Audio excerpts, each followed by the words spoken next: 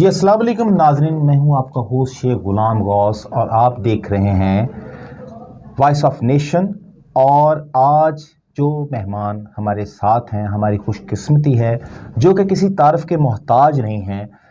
हमारे साथ प्रोग्राम में शामिल हैं जनाब चौधरी गुलाम मुस्तफ़ा अंसारी साहब, chairman national piece council Pakistan.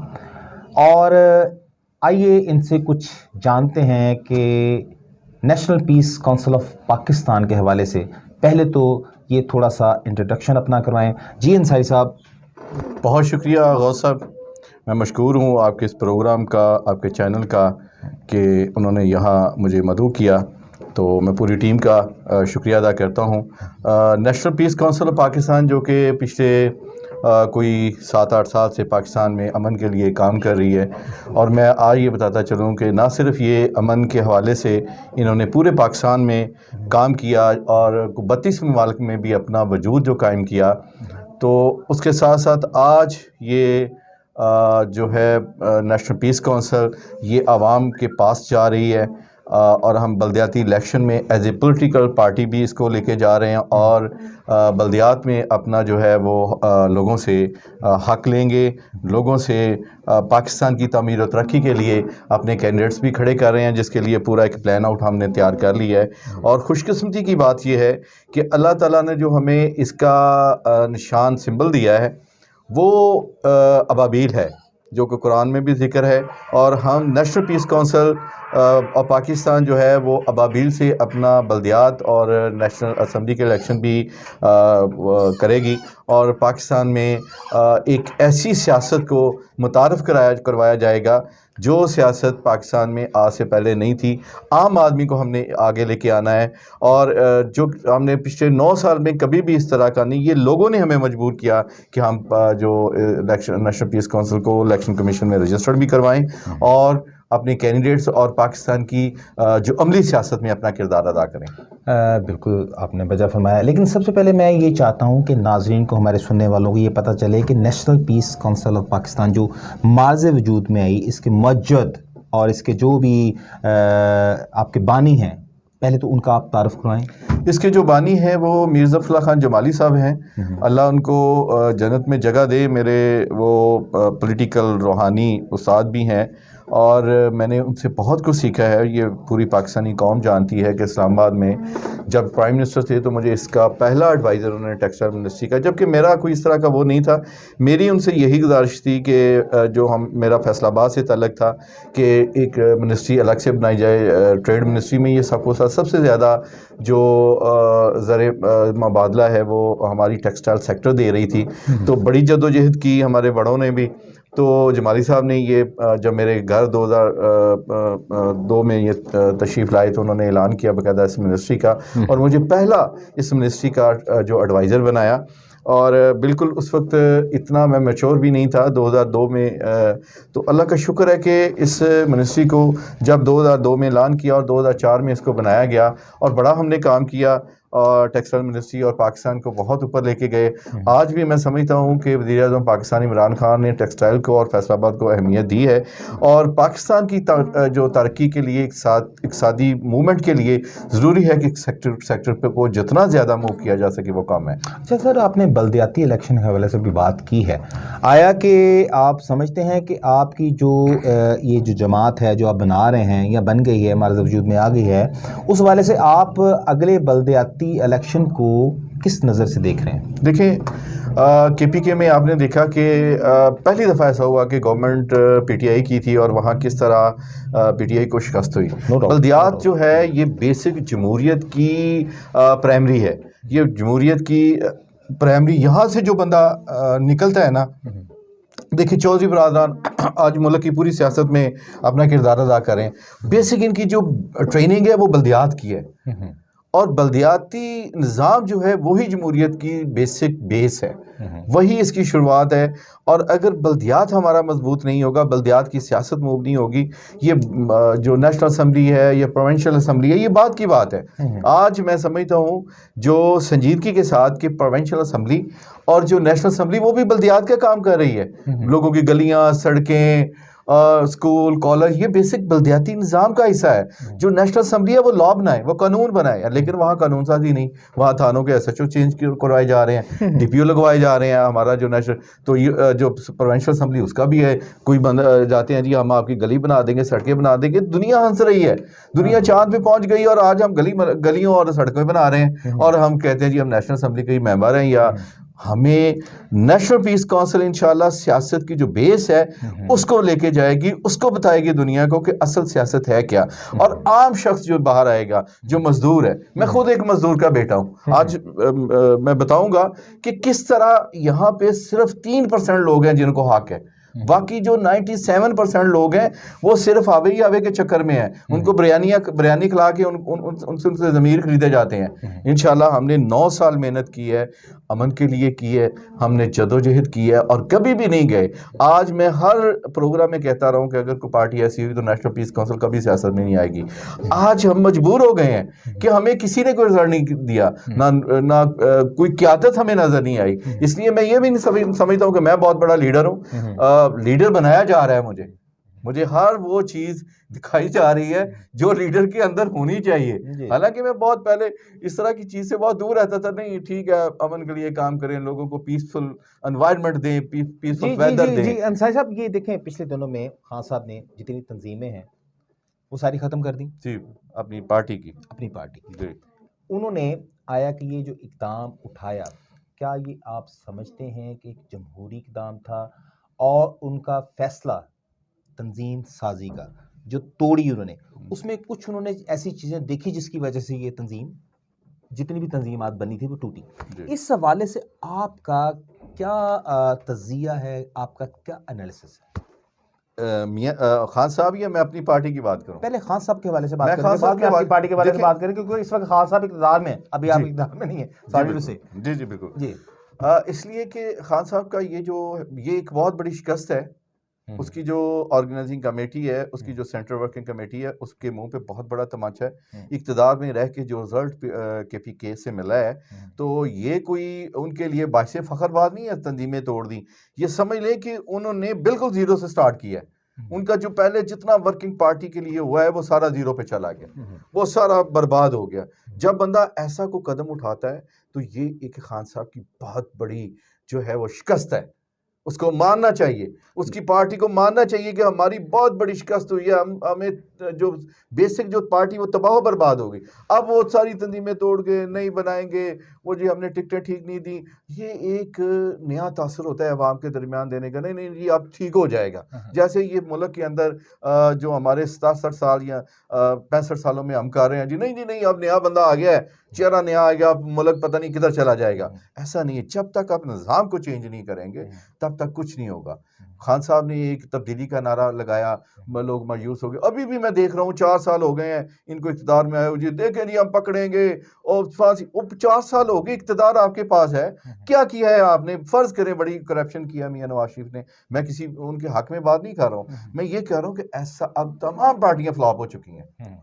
अब हमें नई तरफ स्टैब्लिशमेंट नए चेहरे को देख रहे हैं और इंशाल्लाह अब एक गरीब आम आदमी निकलेगा जो पाकिस्तान की क़यादत को संभालेगा। वो कोई भी हो सकता है। एस्टेब्लिशमेंट की हम बात यहाँ नहीं कर रहे, हम एक जमहूरी निज़ाम की बात कर रहे हैं। आपने मैंने ये सवाल आपसे किया था कि जो उन्होंने अपनी तंजीमें तोड़ी हैं, क्या इससे साबित नहीं होता है कि वो एक लॉयल पर्सनैलिटी है, कि उन्होंने अपनी ही पार्टी की तंजीमात को तोड़ दिया? अगर वो अपना डेकोरम या अपनी तंजीम को फाल का मतलब मैं गलत बोल रहा हूँ, अगर प्रोमिनेंट करना चाहते तो वो कभी भी ये इक़दाम ना करते। इस हवाले से आप क्या कहना चाहेंगे? देखिए, अगर वो ना करते, ये आप माशाल्लाह बड़ा सीनियर जर्नलिस्ट हैं, अब जो एक चीज़ आप दफ्तर चला रहे हैं, आप एक ऑर्गेनाइजेशन चला रहे हैं, ऑर्गेनाइजेशन ने रिजल्ट आपको ठीक नहीं दिया, इसके सिवा आपके पास है ही कोई नहीं। अगर वो इसी को लेके चलेंगे तो आगे जाके शिकस्त भी होगी, आगे जाके भी उसका होगा। अब चलें, आप इस बात को छोड़ें, आपसे मैं एक पर्सनली क्वेश्चन करना चाहता हूँ। पिछले दिनों में आपके साथ जो भी मामला हुए सब जानते हैं जी, उसे पसे पुश्त क्या क्या मतलब कौन से ऐसे अनासर थे जो इन सारे मामलात में, जी, if you understand with me? जी जी, मैं बिल्कुल, आप जो कह रहे हैं कि जो बड़ा खुल के बात है कि जो मेरे ख़िलाफ़ एक मीडिया ट्रायल किया गया, मेरे ख़िलाफ़ FIRs हुई पूरे पाकिस्तान में, उसको मीडिया ट्रायल किया। ये एक माफिया था। जब भी कोई बंदा निकलता है और खुसूसन आम क्लास से, एक आम लोगों में से निकलता है, तो उसके पीछे बहुत सारी चीज़ें बना दी जाती हैं। तो बड़ी बड़ी आपने देखा ज़ुबैर के ख़िलाफ़ जो हुआ कि उसने, मैं तो फिर एक जब इसको ये हमने किया कि पार्टी बना के आगे लेके जाएंगे, तो एक जो इक़्तिदार में पार्टी थी उसने भी, अपोजिशन ने भी, चूँकि मैं एक गरीब घर से हूँ, एक मज़दूर का बेटा हूँ, इसलिए मुझ पर ये बड़ा था कि ये आम बंदा उठ के क्यों, ये देखें जी एक पॉलिटिकल पार्टी बना ली है और ये अब लेके चलेगा, तो इसको तो पाकिस्तान में हक ही नहीं है। इसलिए ये एक पूरा प्लान किया गया। इसको पीछे कुछ 4 साल से एक माफिया लगा जो मेरे घर में एंट्री की। उस माफिया की एक जो इराकी एजेंट भी है, उसने किसी हवाले से भी जो मेरे साथ निकाह किया। इसके बाद वो और ये सारे वामल जो थे उन्होंने मिल के मुझे तबाह करने की कोशिश की। और अल्लाह का शुक्र है कि आज मैं अपनी जगह पे खड़ा हूँ, और मैं ही नहीं बल्कि मेरे तमाम लोग खड़े हैं। एक बहुत बड़ा तूफान बर्पा किया गया, बहुत जो, और सबसे जो मेन चीज़ है, क्या इल्ज़ाम लगाया जी, अंसारी साहब कह रहे हैं जी मैं सेक्शन ऑफिसर, वो एक क्लर्क बनूंगा मैं, जबकि एक पार्टी को मैं रन कर रहा हूँ। मुझे ये कहते हैं ये प्रेसिडेंट अपने आप को जी जाली बना हुआ है, ये प्राइम मिनिस्टर जाली बना हुआ, तो ये तो बात है। अब मैं क्लर्क जाली बन के क्या करना है यार, मैंने एक्स एडवाइज़र रहा हूँ, मैं मीर ज़फ़र खान जमाली के साथ रहा हूँ। अच्छा अंसारी साहब, आपको डर नहीं लगता? देखिए जी, मुझे आपको मैं बात बताऊं कि सबसे जो मैं डरता हूं ना, मैं अपने आप से डरता हूं। बहुत बड़ी बात है। मुझे जो डर लगता है अपने आप से लगता है बचपन से, कि मैं जब किसी चीज़ पे स्टैंड ले जाऊं ना, तो मुझे ना अपनी ज़िंदगी से प्यार लगता है, ना मुझे अपने साल। मैं ये कहता हूँ, मैं बहुत देता हूँ, मैं हर अपने दुश्मन को भी बार बार कहता हूँ, खुदा का वास्ता मेरे साथ ज़्यादती ना करें, मेरे साथ दगा ना करें, मेरे साथ फ्रॉड ना करें, मेरे साथ गलत ना करें। क्योंकि जिस दिन मैंने आपके साथ, अब मैं माफिया के साथ जो खिलाफ मैंने स्टैंड लिया, उन लोगों का ज़हन था मैं जेल में एक दिन ही रहूंगा। मैं अल्लाह का शुक्र है उन लोगों की आंखों में आंखें डाल के बात की है कि जो एक लीडर, जो एक जो कायद होता है ना, जो क़यादत करने वाला, उसके लिए ये चीज़ें कोई नहीं मैंने रखती। मैं वहाँ गया हूँ तो वहाँ भी मैं लीडर था। आज मैं शुक्रिया अदा करता हूँ सुप्रीडेंट जेल का, डिप्टी सुप्रीडेंट का, सरमद साहब का, वहाँ की इंतज़ामिया का, कि उन्होंने एज ए लीडर भी वहाँ मुझे रखा, एज ए लीडर किया। मुझे अब किसी चीज़ का खौफ नहीं। एक खौफ था मेरे अंदर ये मीडिया का कि मेरे खिलाफ ये ना हो जाए, फला ना हो जाए। अल्लाह का शुक्र है कि अल्लाह ताला मुझे एक लीडर बनाना चाहता है, और उस हवाले से उसने मुझे एक प्रोसेस से गुजारा। मैं अपने दुश्मनों को, अपने मुखालफिन को, अपने उन लोगों को बताना चाहता हूँ कि अब वो मुस्तफ़ा अंसारी नहीं रहा। अब मैं एक मजबूत लीडर और कायद बन के निकला। साहब एक मजबूत लीडर बन चुके हैं। आया कि एज ए लीडर आने वाले दिनों में पाकिस्तान के मुस्तकबिल के हवाले से आप क्या देख रहे हैं? देखिए, पाकिस्तान के अगर आपने मुस्तकबिल देखना है ना, मैं आपको ये बताना चाहता हूँ, तो हमें जो मैंने सीखा है, जुर्रत के साथ बाहर निकलना पड़ेगा। हमारे अंदर जो डर खौफ है ना, जैसा कि मेरा निकला है, मैंने निकाला है, हर शख्स को निकालना है। वो सियासत में है, वो बिजनेस में है।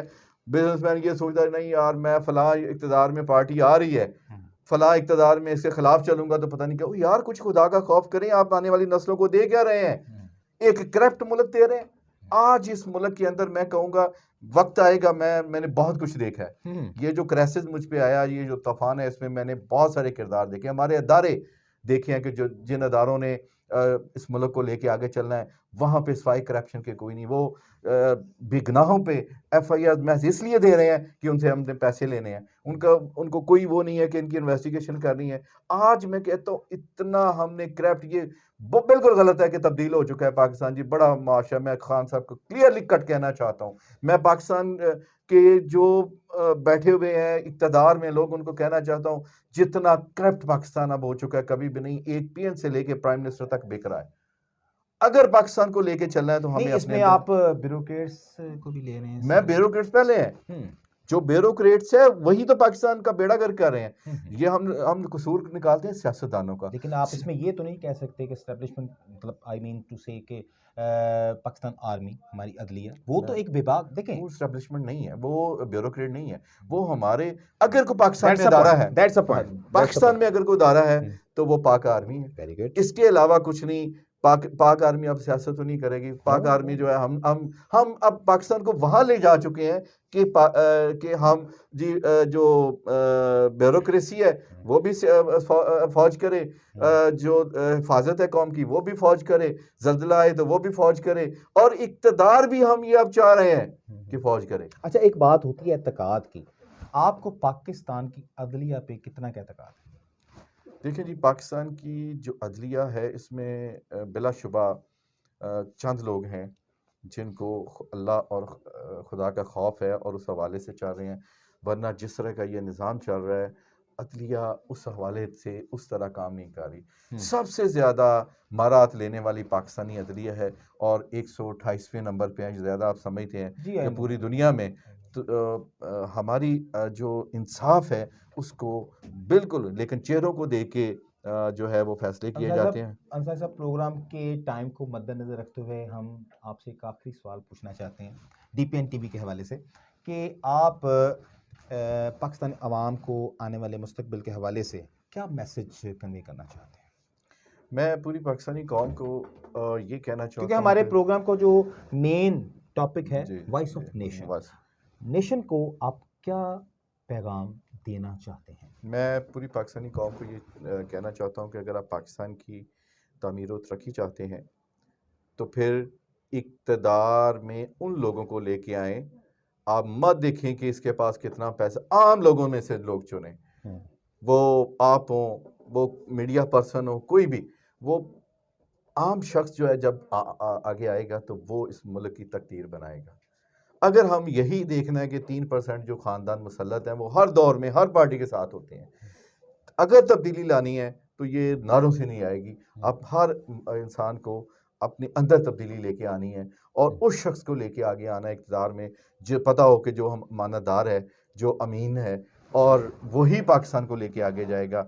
ये मेरा पूरी कौम को मैसेज है। जी नाज़रीन, अंसारी साहब का एंड पे ये मैसेज, और मैं ये समझता हूँ कि आम शख्स को अगर तब्दीली के लिए आगे आना चाहिए या अगली सतह पे आना चाहिए यूकन से, तो उसमें बहुत सारी चीज़ों की ऐसी ज़रूरत है। और मैं शुक्रगुज़ार हूँ कि आज आप हमारे मेहमान बने हमारे प्रोग्राम के वॉइस ऑफ नेशन के। तो नाज़रीन, इसी के साथ हम अपना मेरे मेहमान जो हैं ग़ुलाम मुस्तफ़ा अंसारी साहब और आपका होस्ट शेख ग़ुलाम गौस, इसी के साथ में हम इजाज़त चाहते हैं। पाकिस्तान जिंदाबाद।